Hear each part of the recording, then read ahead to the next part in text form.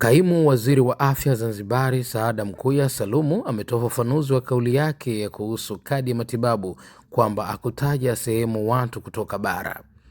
Mkuya ametoa ufafanuzi huo leo Juni 10, 2026 wakati akihojiwa na waandishi wa habari wa DW baada ya kuibuka kwa mjadala wakati akijibu swali kupitia Baraza la Wawakilishi Zanzibari Juni 9, 2026.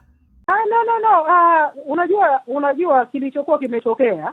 Unajua mara nyingine hizi clips kwanza zinakatwa kwa sababu ya maslahi ya mtu kutengeneza hoja ambayo yeye anaiona inamfaa. Lakini kilichopo ni kwamba kwanza mimi nilikuwa nikijibu hoja ya mheshimiwa mwakilishi fulani alipouliza kwamba kuna watu wamekwenda hospitali na wamerejeshwa kwa sababu hawajasajiliwa. Nilichokuwa nimemjibu mimi, sisi Zanzibar, kwa sababu kama tunavyojua toka mapinduzi 1964 ilikuwa inatangaza matibabu bure na elimu bure. Ndio tunajua tulikuwa tuna hiyo theme ya matibabu bure na elimu bure. Kuna kitu tulichokitoa tunakiita matibabu kadi. Hiyo matibabu kadi inasajiliwa kwa sheha au shehia husika kwamba wewe ni Mzanzibari, uko entitled, unaandika particulars zako, alafu hilo sheha anatoa hiyo matibabu kadi. Unapokwenda hospitali unatoa ile matibabu kadi yako. Lakini tuligundua masheha wetu ambao hawako waaminifu kutokana na maelekezo waliopewa, walipatia